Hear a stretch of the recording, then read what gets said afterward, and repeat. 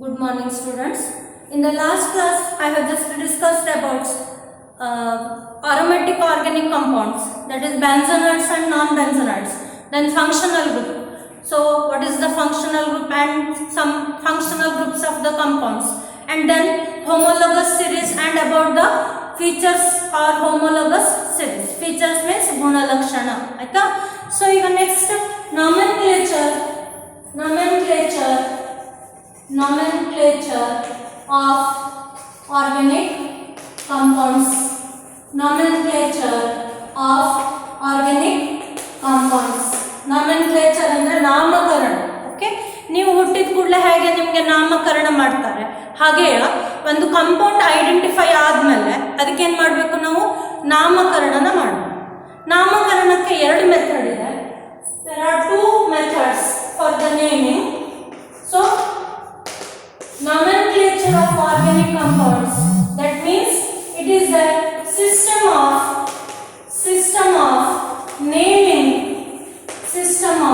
naming organic compounds.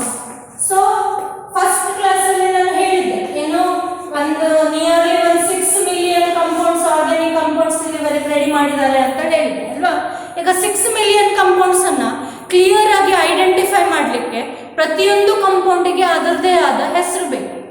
ಈಗ ಯಾವುದೇ ಕಂಪೌಂಡನ್ನು ನಾವು ಹೇಗೆಗೋ ಯಾವ್ಯಾವುದೋ ಹೆಸರಿಂದ ಕರೆಯೋದಲ್ಲ, ಅದಕ್ಕೆ ಎರಡು ಮೆಥಡ್ಸ್ ಇದೆ.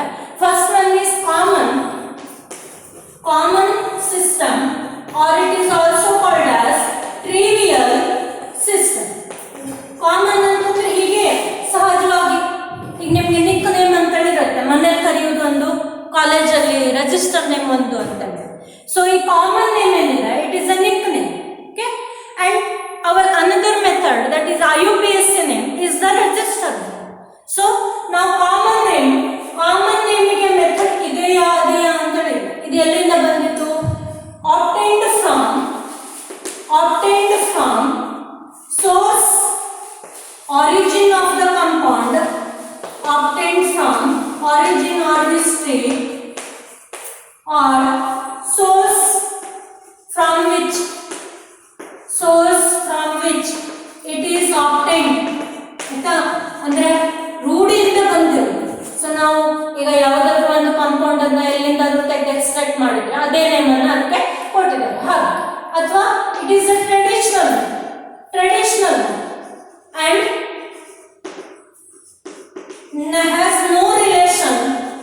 has no relation with the structure of the compound. ಅಂದ್ರೆ ಈಗ ನಾನು ಸ್ಟ್ರಕ್ಚರ್ ನೋಡಿ ಹೆಸರು ಕೊಟ್ಟಿದ್ದಲ್ಲ, ಸುಮ್ಮನೆ ಹಾಗೆ ಒಂದು ಹೆಸರು ಕರ್ಕೊಂಡು ಹೋಗಿದ್ವಿ. ಇದು ಸಮಸ್ಯೆ ಏನಾಗ್ತದೆ ಅಂದ್ರೆ, ಈಗ ಒಂದೇ ಕಾಂಪೌಂಡಿಗೆ ಬೇರೆ ಬೇರೆ ದೇಶದಲ್ಲಿ ಬೇರೆ ಬೇರೆ ಸೈಂಟಿಸ್ಟ್ ಏನ್ ಮಾಡ್ಬೋದು ಅಂತಂದ್ರೆ ಬೇರೆ ಬೇರೆ ಹೆಸರಿಂದ ಸೇಮ್ ಕಾಂಪೌಂಡ್ ಇದೆ. ಈಗ ನಾನಿಲ್ಲಿ ಒಂದು ಹೆಸರಿಂದ ಕರೆದ್ರೆ ಅದೇ ಕಾಂಪೌಂಡ್ ಅನ್ನ ಮತ್ತೊಂದು ದೇಶದಲ್ಲಿ ಬೇರೆ ಹೆಸರಿಂದ ಕರೀಬೋದು. ಇದು ಪ್ರಾಬ್ಲಮ್ ನಮ್ದು ಕಾಮನ್ ಸಿಸ್ಟಮ್. ಆದ್ರೂ ಕಾಮನ್ ಸಿಸ್ಟಮ್ ಬೇಕು ಆಯ್ತಾ. ಲೆಂದಿ ಮತ್ತೆ ಕಾಂಪ್ಲಿಕೇಟೆಡ್ ಫಾರ್ಮುಲಾ ಇದ್ದಾಗ, IUPAC ನೇಮ್ ಲೆಂದಿ ಮತ್ತೆ ಕಾಂಪ್ಲಿಕೇಟೆಡ್ ಇದ್ದಾಗ we use the common names of the system. So here I will give you some common names of the compounds. CH4, this is called as methane. So ಇದು ಹಾಗೆ ಇದೆ. C2H6, it is called as ethane. Then HCOOH is called as formic acid. So ಇದನ್ನ formic acid ಅಂತ ಕರೀಲಿಕ್ಕೆ reason, Latin ನಲ್ಲಿ formicus ಅಂತಂದ್ರೆ red ant, okay, red ant ಕೆಂಪಿದೆ. So which on distillation give this compound. ಹಾಗಾಗಿ ಇದನ್ನ formic acid ಅಂತ ಕರೀತಾರೆ. ಹಾಗೆ next first one, second one, third one, fourth one is CH3COOH.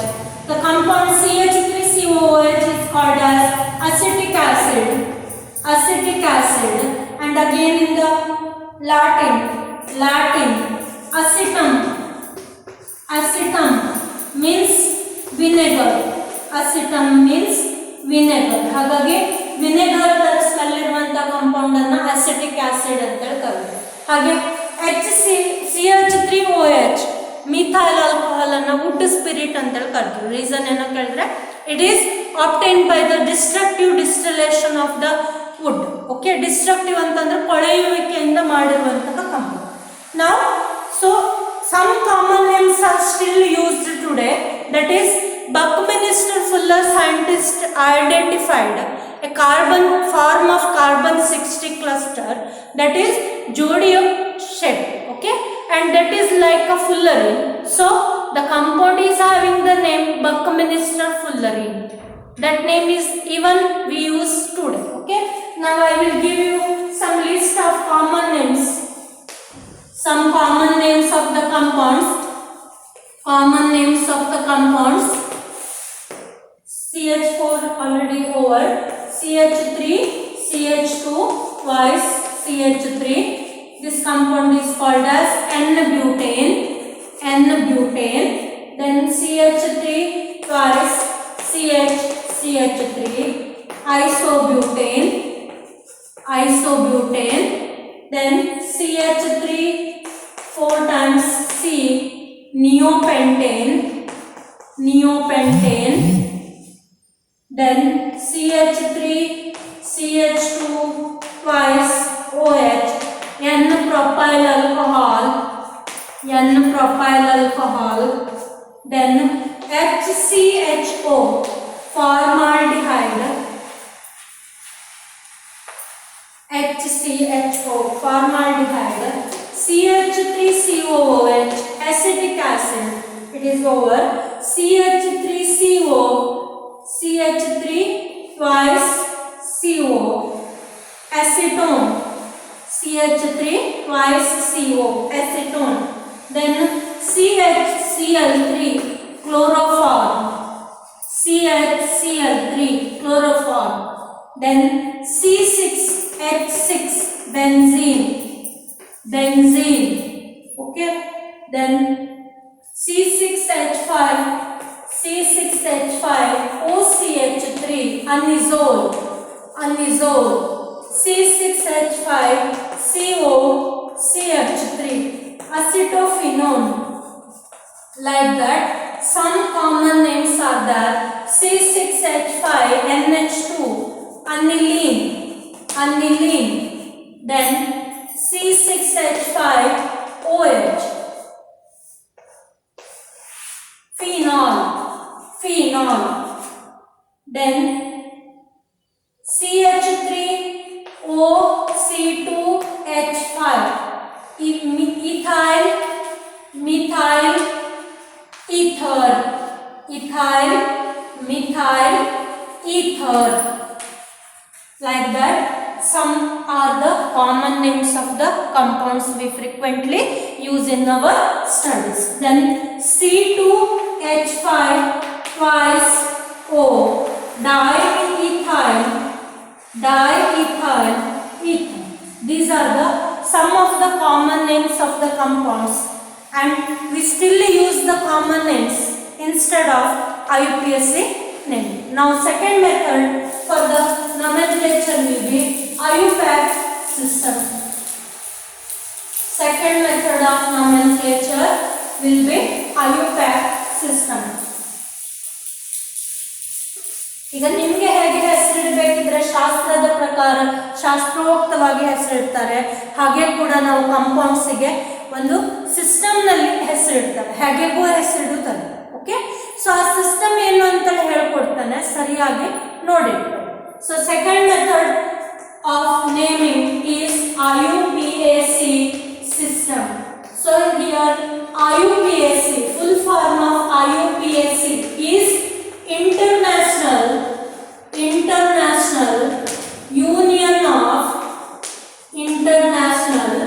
Union of Pure and Applied, International Union of Pure and Applied Chemistry. This is the full form of our IUPAC system.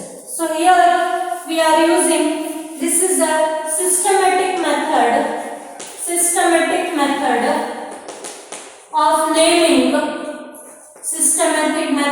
of naming, organic compounds.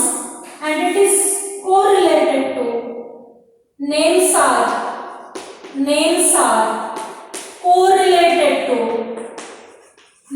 are correlated to their structures. Names are correlated to their structures. Okay. Now next points regarding the IUPAC system. So here IUPAC name is derived by identifying parent hydrocarbon ಅಂತಂದ್ರೆ hydrocarbon is a compound having carbon and hydrogen. Okay, ಹಾಗಾಗಿ carbon ಮತ್ತು hydrogen ಇರುವ compounds ಅನ್ನು ನಾವು hydrocarbon ಅಂತ ಕರೀತೇವೆ. Parent hydrocarbon main hydrocarbon chain ಅನ್ನು ನಾವು ಐಡೆಂಟಿಫೈ ಮಾಡಬೇಕು. ಹಾಗೆ by adding and the functional group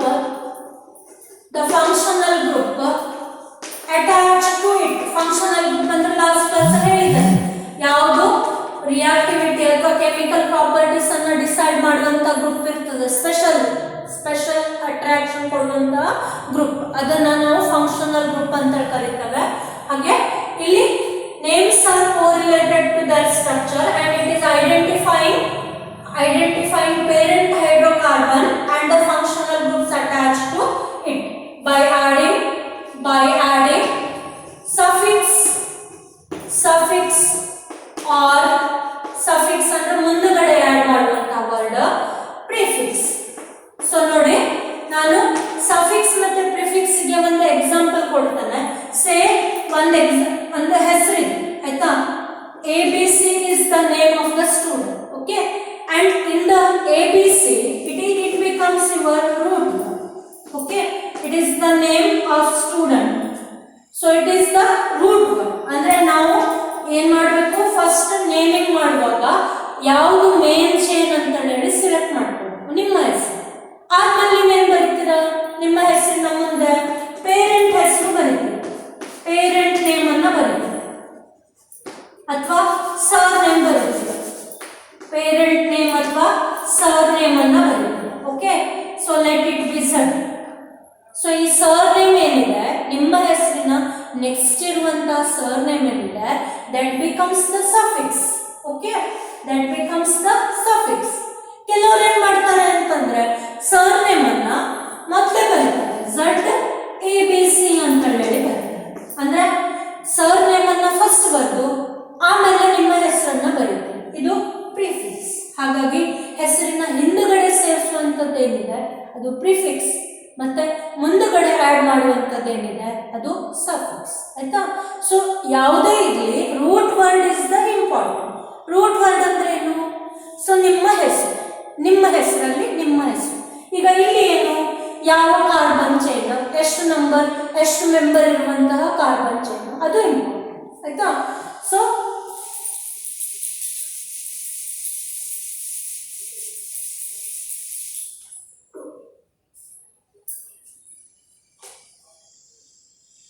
now IUPAC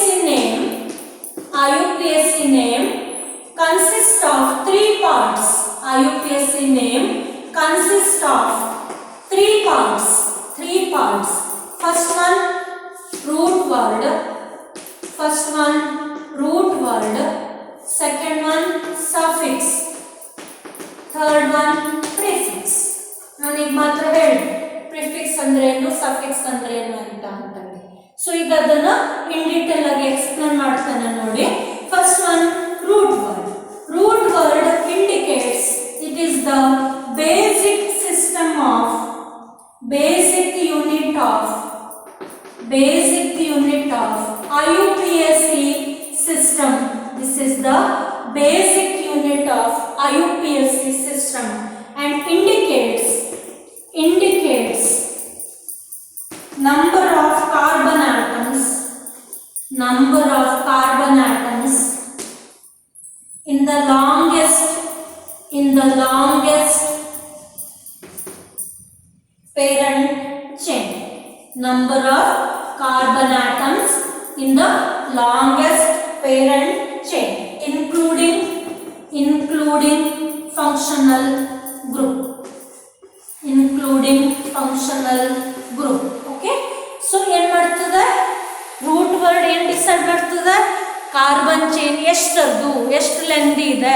so ನೀವೀಗ ಬರೀ ರೈಟ್ ಟು ಲೆಫ್ಟ್ ಅಷ್ಟೇ ಬರೆದು ನಾವು ಎಲ್ಲಿಂದ ಬರೀತೇವೆ, ಲೆಫ್ಟ್ ಇಂದ ಬರೆದು ರೈಟಿಗೆ ಬರೀತೇವೆ. ಇನ್ನು ಮುಂದೆ ನೀವೇನ್ ಮಾಡಬೇಕು, ರೈಟ್ ಟು ಲೆಫ್ಟ್ ಮಾಡಬೇಕು, ಲೆಫ್ಟ್ ಟು ರೈಟ್ ಮಾಡಬೇಕು, ನೇಮಿಂಗ್ ಮಾಡಬೇಕು. ಆಯ್ತಾ? ಸೊ ನೋಡುವ ಅದನ್ನು ಹೇಗೆ ಮಾಡೋದು ಅಂತ ನಾನು ಹೇಳ್ತೇನೆ. ಆಯ್ತಾ? So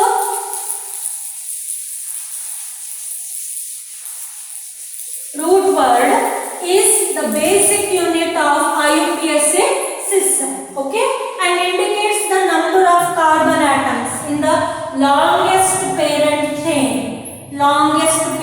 chain including functional group. Okay, so now I will give you the name given for the root word, number of carbon atoms, root word. ಇದು ಗೊತ್ತಿದೆ ನಿಮಗೆ, ನೀವು 10th ದಲ್ಲಿ ಸ್ಟಡಿ ಮಾಡಿದ್ದೀರಾ, ಅದು ಇನ್ನೊಂದ್ಸಲ ಹೇಳ್ತಾನೆ, ನೋಟ್ ಮಾಡಿ ಇಟ್ಕೊಳ್ಳಿ. ಆಯ್ತಾ? ನಂಬರ್ ಆಫ್ ಕಾರ್ಬನ್ ಆಟಮ್ಸ್, ಹಾಗೆ root word. So number of carbon atoms 1 ಇದ್ರೆ ರೂಟ್ ವರ್ಡ್ ಏನಿದೆ ಮೀತ್.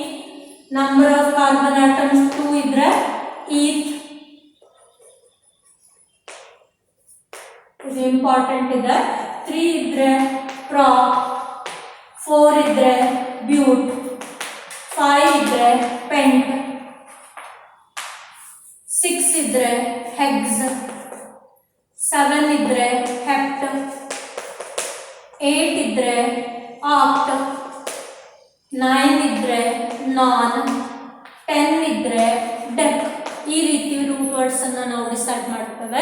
ಈಗ ರೂಟ್ ವರ್ಡ್ ಆದ್ಮೇಲೆ ನೆಕ್ಸ್ಟ್ ಸ್ಟೆಪ್ ಏನು ಹೇಳುತ್ತೆ, ಈಗ ನಾನು ಹೈಡ್ರೋಕಾರ್ಬನ್ ಅಂತ ಹೇಳಿ.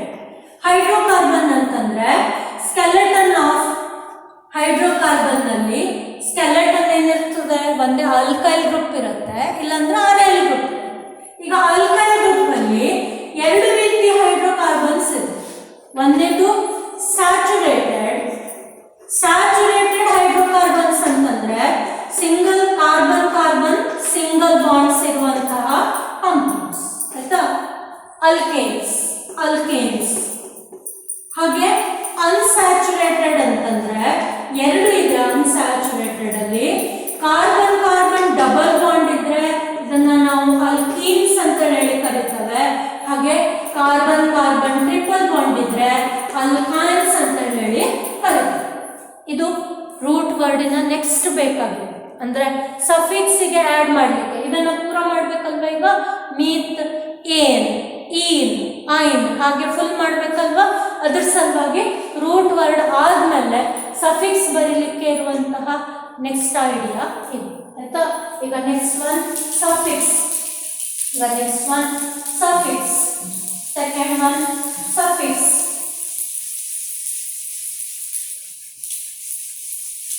ಸಫಿಕ್ಸ್ ಅಂದ್ರೆ ಏನು ಅಂತ ನೋಡೋಣ. ಹೇಳಿದ್ದಾನೆ ನಿಮ್ಮ ಹೆಸರಲ್ಲಿ ಯಾವುದು ಸಫಿಕ್ಸ್ ಮುಂದಗಡೆ ಬರೆಯುವಂತ ಸರ್ ನೇಮ್ ಆಗಲಿ ಪೇರೆಂಟ್ ನೇಮ್ ಏನಿದೆ ಅದು ಸಫಿಕ್ಸ್ ಆಗಿ ಆಕ್ಟ್ ಮಾಡುತ್ತೆ.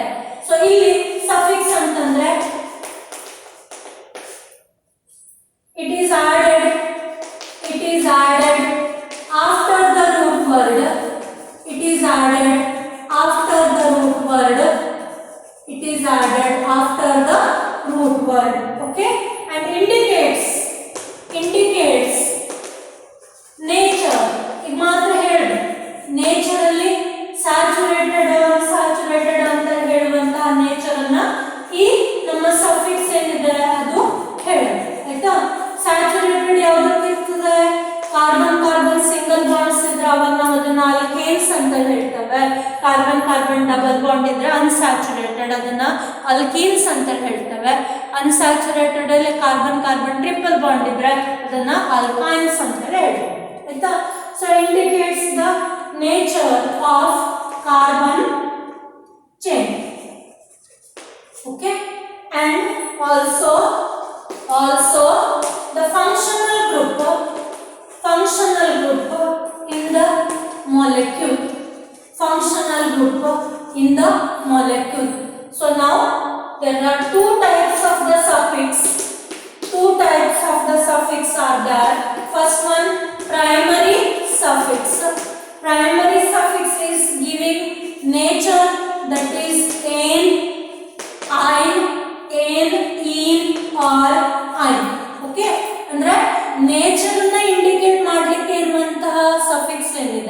that is the primary suffix.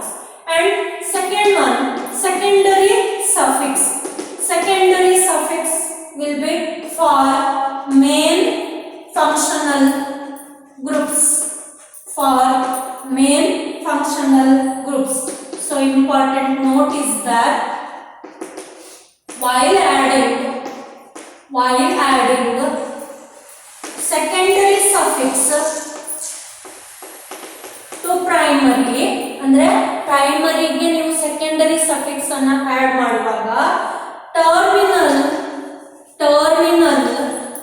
e of the primary suffix, ಅಂದ್ರೆ ಇದು ಲಾಸ್ಟ್ ಏನಿದೆ ಅಲ್ಕೇನಲ್ಲಿ ಇ ಅಥವಾ ಅಲ್ಕೈನಲ್ಲಿ ಇ ಅನ್ನ ರಿಮೂವ್ ಮಾಡಿ, ಆಯ್ತಾ. is dropped if the secondary suffix starts with a, e, I, o, u and 1. a, e, I, o, u and 1 ಅಂದ್ರೆ vowels ಇಂದ ಅದೇನಾದ್ರೂ start ಆದ್ರೆ ನಾವು ಅದನ್ನ ಏನ್ ಮಾಡಬೇಕು, ಆದಷ್ಟು ಪ್ರೈಮರಿ ಸಫಿಕ್ಸ್ ಇಂದ ಇ ಅನ್ನ ರಿಮೂವ್ ಮಾಡಿ ಅದರ ಜಾಗದಲ್ಲಿ ಆ ಫಂಕ್ಷನಲ್ ಗ್ರೂಪ್ ಅನ್ನ ತಂದು ಪ್ಲೇಸ್ ಮಾಡಬೇಕು. Next one prefix.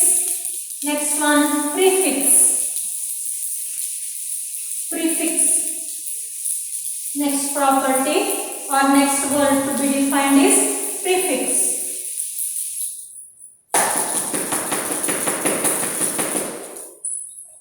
Third one, prefix. It is added before the root word. It is added before the root word and indicates all the groups which are not included, which are not named in parent chain. ಅಂದ್ರೆ ಈಗ ನಾನು example ಕೊಡ್ತೇನೆ ನೋಡಿ. ಒಂದು compound ಅಲ್ಲಿ 3 groups ಇದೆ ಅಂತ ಇಟ್ಕೊಂಡು, ಆಯ್ತಾ. ಅಂದ್ರೆ ನಿಮ್ಮ ವೆಹಿಕಲ್ ಅಲ್ಲಿ 2 ಸೀಟ್ ಇದೆ ಅಂತ ಇಟ್ಕೊಂಡು, ಸೊ ಏನ್ ಮಾಡ್ತೀರಾ, 3 ಜನರಲ್ಲಿ 2 ಕೂತ್ಕೊಳ್ತಾರೆ, ಆಯ್ತಾ. 3ನೇವನು ಎಲ್ಲಿ ಕೂತ್ಕೊಳ್ಬೇಕಾಯ್ತು, ಅವನಿಗೆ ನಾವೇನ್ ಮಾಡ್ತೇವೆ, ಎಲ್ಲಿ ಸಾಧ್ಯ ಆಗುತ್ತೋ ಅಲ್ಲಿ ಕೂಡಿಸ್ತೇವೆ. ಇಲ್ಲಿ ಕಾಂಪೌಂಡ್ ಅಲ್ಲಿ ಏನ್ ಮಾಡ್ತೇವೆ ಅಂದ್ರೆ 3 ಫಂಕ್ಷನಲ್ ಗ್ರೂಪ್ ಅಲ್ಲಿ ಯಾವ್ದಾದ್ರು ಒಂದು ಫಂಕ್ಷನಲ್ ಗ್ರೂಪ್ ಪೇರೆಂಟ್ ಚೈನ್ ಜೊತೆಗೆ ಆಡ್ ಆಗುತ್ತೆ. ಉಳಿದಿರೋ 2 ಫಂಕ್ಷನಲ್ ಗ್ರೂಪ್ಸ್ ಅನ್ನ ನಾವೇನ್ ಹೇಳ್ತೇವೆ, ಅದನ್ನ ಹಿಂದ್ಗಡೆ ಹಾಕಿ, ಅಂದ್ರೆ ಹೆಸರಿನ ಹಿಂದ್ಗಡೆ ಹಾಕಿ ಅದನ್ನ ಪ್ರಿಫಿಕ್ಸ್ ಅಂತ ಹೇಳಿ ಹೇಳ್ತೇವೆ, ಆಯ್ತಾ. ಸೊ ನೇಮ್ಡ್ ಇನ್ಸ್ and are subsidiary or substituent groups. Subsidiary and substituent groups and taken as prefixes. Okay, so ಇಲ್ಲಿ ಕೂಡ 2 ಪ್ರಿಫಿಕ್ಸ್ ಇದೆ. ಒಂದು ಪ್ರೈಮರಿ ಪ್ರಿಫಿಕ್ಸ್. ಪ್ರೈಮರಿ ಪ್ರಿಫಿಕ್ಸ್ ಅಲ್ಲಿ cyclo is used to distinguish, differentiate cyclic chain from acyclic chain from acyclic. Okay, then secondary prefix to designate the attached functional groups. Bracket ಅಲ್ಲಿ substituent groups. Okay, so ಈಗ ನೋಡಿ ಒಂದು example ಕೊಡ್ತಾನೆ. ನಾನು ಹಾಗೆ ಹೇಳ್ತಾ ಹೋದ್ರೆ ಏನು ಅರ್ಥ ಆಗಲ್ಲ. ಎಕ್ಸಾಂಪಲ್ ಕೊಟ್ಟು ಅದನ್ನ ಪ್ರೂವ್ ಮಾಡಿದ್ರೆ ಒಂದು ಸ್ವಲ್ಪ ನಿಮಗೆ ತಲೆ ಒಳಗೆ ಐಡಿಯಾ ಏನು ಹೇಗೆ ಎಂತದ್ದು ಅಂತ ಬರ್ತದೆ. ನಾನೀಗ ಒಂದು ಎಕ್ಸಾಂಪಲ್ ಅನ್ನ ಕೊಡ್ತಾನೆ, ಅದರ ಒಂದು ಆ ರೂಲ್ಸ್ ಅನ್ನ ಫಾಲೋ ಮಾಡಿ ನಾವೇನ್ ಮಾಡ್ಬೇಕಾಗ್ತದೆ, ನೇಮಿಂಗ್ ಮಾಡ್ಬೇಕಾಗ್ತದೆ. ಹಾಗಾಗಿ ಇಲ್ಲಿ ಒಂದು ಎಕ್ಸಾಂಪಲ್ ಅನ್ನ ಹೀಗೆ ನೇಮಿಂಗ್ ರೂಲ್ಸ್ ಹೇಳೋ ಮೊದಲೇ ಕೊಡ್ತಾನೆ. CH3 CH CH3 CH CHBr CHOH CH3. ಇಲ್ಲಿ ನಾನು ಏನ್ ಮಾಡ್ತಾನೆ ಅಂತಂದ್ರೆ ನೇಮಿಂಗ್ ಮಾಡುವಾಗ ರೂಲ್ಸ್ ಅನ್ನ ಫಾಲೋ ಮಾಡಿಬಿಟ್ಟೆ ನೇಮಿಂಗ್ ಮಾಡ್ತಾನೆ, ನಂಬರಿಂಗ್ ಮಾಡ್ತಾನೆ. ಆಯ್ತಾ? ರೂಟ್ ವರ್ಡ್ಗೆ ನಾವೇನ್ ಮಾಡ್ಬೇಕು, ಫಸ್ಟ್ ಕಾರ್ಬನ್ ಆಟಮ್ ಅಲ್ಲಿ ಫಂಕ್ಷನಲ್ ಗ್ರೂಪ್ ಯಾವ್ಯಾವ್ದಿದೆ ಅದನ್ನ ಐಡೆಂಟಿಫೈ ಮಾಡಬೇಕು. ಆಯ್ತಾ? ಅದನ್ನ ಯಾವ ಮೆಥಡ್ ಅಲ್ಲಿ ಮಾಡಿದ್ರೆ ಮಿನಿಮಮ್ ನಂಬರ್ ಬರುತ್ತೋ ಆ ಪ್ರಕಾರ ಅದನ್ನ ನಂಬರಿಂಗ್ ಮಾಡಬೇಕು. ಸೊ ಇಲ್ಲಿ ನೋಡಿ ಏನ್ ಮಾಡ್ತಾನೆ ಅಂತಂದ್ರೆ ಈ OH ಏನಿದೆ ಇದು main functional group. Okay, secondary suffix ಆಗಿ ಹೋಗುವಂಥದ್ದು. ಸೊ ಇದಕ್ಕೆ ನಾನು ಏನ್ ಮಾಡ್ತೇನೆ, ಇದು ಪೇರೆಂಟ್ ಚೈನಿಗೆ ಲೀಸ್ಟ್ ನಂಬರ್ ಬರಬೇಕು ಅಂತಂದ್ರೆ ಈ ರೀತಿ ಚೈನ್ ಅನ್ನ ನಂಬರ್ ಮಾಡ್ತೇನೆ, from left to right. Okay, sorry, from right to left, ಈ ರೀತಿಯಲ್ಲಿ ನಂಬರಿಂಗ್ ಮಾಡ್ತಾನೆ. ಸೊ ಈಗ ಮೆಥಡ್ ಅನ್ನ ನಾನು ಬರೀತಾನೆ ನೋಡಿ. ಸೊ ಏನಿದೆ ಮೆಥಡ್ ಅಲ್ಲಿ first one, number of carbon atoms in the chain, number of carbon atoms in the chain ಎಷ್ಟಿದೆ, 6. ಆಯ್ತಾ? 6 ಗೆ ರೂಟ್ ವರ್ಡ್ ಏನು, 6 ಗೆ ರೂಟ್ ವರ್ಡ್ ಏನು, ಹೆಕ್ಸ್. ಆಯ್ತಾ? ಸೊ ಈಗ ಕಾಂಪೌಂಡ್ ಸ್ಯಾಚುರೇಟೆಡ್ ಅನ್ಸ್ಯಾಚುರೇಟೆಡ್ ಎಲ್ಲ ಕಡೆ ಸಿಂಗಲ್ ಬಾಂಡ್ ಇದೆ. ಹಾಗಾಗಿ ಸ್ಯಾಚುರೇಟೆಡ್ ಕಾಂಪೌಂಡ್ ಗೆ ಸಫಿಕ್ಸ್ ಏನು, ಏನ್. ಆಯ್ತಾ? ಈ ಸಫಿಕ್ಸ್ ಏನಿದು, ಇದು ಪ್ರೈಮರಿ ಸಫಿಕ್ಸ್. ಈಗ ನಮ್ಮ ಹತ್ರ 3 ಫಂಕ್ಷನಲ್ ಗ್ರೂಪ್ಸ್ ಇದೆ. ಫಂಕ್ಷನಲ್ ಗ್ರೂಪ್ಸ್ ಯಾವ್ಯಾವ್ದಿದೆ, ಒಂದು OH, ಒಂದು Br, ಒಂದು CH. ಆಯ್ತಾ? OH ಏನಿದೆ ಇದು ಪೇರೆಂಟ್ ಚೈನ್ ನ ಜೊತೆಗೆ ಹೋಗ್ಬೋದು, ಅಂದ್ರೆ ಸೆಕೆಂಡರಿ ಸಫಿಕ್ಸ್ ಆಗಿ ಆಕ್ಟ್ ಆಗುತ್ತೆ. ಇದಕ್ಕೆ ಸೆಕೆಂಡರಿ ಸಫಿಕ್ಸ್ ಗೆ ಹೆಸರೇನಿದೆ ಅಂದ್ರೆ ಓಲ್ ಅಂತ ಹೇಳಿದೆ. ನಾನು ಇದು ಲಿಸ್ಟ್ ಅನ್ನ ನೆಕ್ಸ್ಟ್ ವಿಡಿಯೋದಲ್ಲಿ ಕೊಡ್ತೇನೆ, ಅವಾಗ ನಿಮ್ಗೆ ಅದು ಅರ್ಥ ಆಗುತ್ತೆ. ಆಯ್ತಾ? ಸೊ ಈಗ ಈ OH ಏನಿದೆ ಇದು ಪ್ರೈಮರಿ ಸಫಿಕ್ಸ್ ಆದ್ಮೇಲೆ ಸೆಕೆಂಡರಿ ಸಫಿಕ್ಸ್ ಆಗಿ ಪೇರೆಂಟ್ ಚೈನ್ ಜೊತೆಗೆ ಹೋಗುತ್ತದೆ. ಆಯ್ತಾ? ಸೊ ಇದು ಎಷ್ಟನೇ ಕಾರ್ಬನ್ ಆಟಮ್ ಅಲ್ಲಿ ಉಂಟು, ಸೆಕೆಂಡ್ ಕಾರ್ಬನ್ ನಲ್ಲಿ ಉಂಟು. ಆಯ್ತಾ? ಈ ರೀತಿ ಬರ್ತದೆ, ನಿಮ್ಗೆ ನೇಮಿಂಗ್ ರೂಢಿ ಆಗುತ್ತಂತ ಈ ರೀತಿ ಡಿಟೇಲ್ ಆಗಿ ಬರ್ತದೆ. ಆಯ್ತಾ? ಆಮೇಲೆ ನೇಮಿಂಗ್ ಅನ್ನ ಮಾಡಿ. Br ಮತ್ತೆ ಏನು CH3 ಏನಿದೆ, these are the substituent groups. Okay, ಇದಕ್ಕೆ ಹೆಸರೇನು ಅಥವಾ ಇವು ಏನಾಗಿ ಹೋಗ್ತವೆ, ಪ್ರಿಫಿಕ್ಸ್ ಆಗಿ ಕಾಂಪೌಂಡಿನ ಹಿಂದಗಡೆ ಫಿಕ್ಸ್ ಆಗ್ತವೆ. ಸೊ Br ಗೆ ಹೆಸರು ಬ್ರೋಮೋ ಅಂತ ಹೇಳಿ, ಎಷ್ಟನೇ ಕಾರ್ಬನ್ ಆಟಮ್ ಅಲ್ಲಿದೆ, ಥರ್ಡ್ ಕಾರ್ಬನ್. CH3 ಅಂತಂದ್ರೆ ಹೆಸರು ಮಿಥೈಲ್ ಅಂತ ಹೇಳಿ, ಎಷ್ಟನೇ ಕಾರ್ಬನ್ ಆಟಮ್ ಅಲ್ಲಿದೆ, ಫಿಫ್ತ್ ಕಾರ್ಬನ್. ಆಯ್ತಾ? ಈಗ ಇಲ್ಲಿಂದ ಜೋಡಿಸ್ಕೊಳ್ತಾ ಹೋಗಿ. ಸೊ ಇಲ್ಲಿ ಸ್ಪೇಸ್ ಬಿಟ್ಕೊಳ್ಳಿ. ನೇಮ್ ಈಸ್ ಸೊ ಫಸ್ಟ್ ಇಲ್ಲಿಂದ ಸ್ಟಾರ್ಟ್ ಮಾಡ್ತಾನೆ, ಹೆಗ್ಸ್, ಏನ್. ಆಯ್ತಾ? ಈ ರಿಮೂವ್ ಮಾಡ್ತಾನೆ, ಈ ಜಾಗದಲ್ಲಿ ಈ ನಂಬರು ಮತ್ತೆ ಈ ನಮ್ಮ ಫಂಕ್ಷನಲ್ ಎರಡನ್ನು ಪ್ಲೇಸ್ ಮಾಡ್ತಾನೆ. ಹೆಕ್ಸೇನ್ ಟು ಆಲ್, ಇದು ನಮ್ಮ ಪೇರೆಂಟ್ ಚೈನ್ ಆಯ್ತು. ಆಯ್ತಾ? ಈಗ ಉಳಿದಿರೋದನ್ನ ಎಲ್ಲಿ ಫಿಕ್ಸ್ ಮಾಡಬೇಕು, ಪ್ರಿಫಿಕ್ಸ್ ಆಗಿ ಹಿಂದಗಡೆ ಫಿಕ್ಸ್ ಮಾಡಬೇಕು.